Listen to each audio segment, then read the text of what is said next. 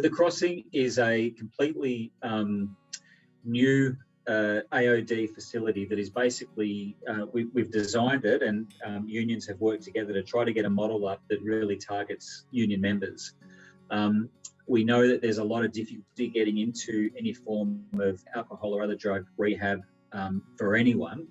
But I think for our members, and certainly for our paramedic and emergency service members, we find that there's particular difficulty finding resources that are targeted directly for them and supportive of them, and that often we have to work quite hard to get our members into those facilities. So what we've been aiming to do and to design and to build and to launch in Victoria is something that is unique to our members, not just our members, but to all union members, so that they've got the ability to access this sort of facility.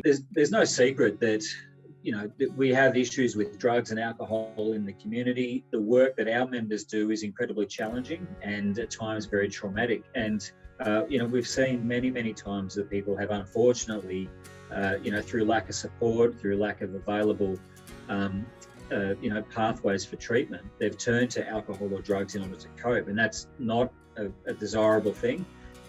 But it sometimes can be understandable how people have ended up in that sort of trauma and that sort of situation. So not having those pathways, not having those services readily available, and also not having them in a way that our members feel comfortable approaching them and trying to get into them, I think has created a real barrier. So we want something that's tailor-made specifically for our members, that suits union members, so that they're not feeling intimidated about coming forward. We find quite regularly that our members are really scrounging around looking for services to put them into. And, that's a battle for anyone. And, at a time when you need to get people in quickly and get them the support they need quickly, time is really important. So, having something that's tailor-made, that is, quickly available, and we don't have to have a long slog trying to get them into it, I think will really pay dividends in making sure people get the help they need early and getting back to work.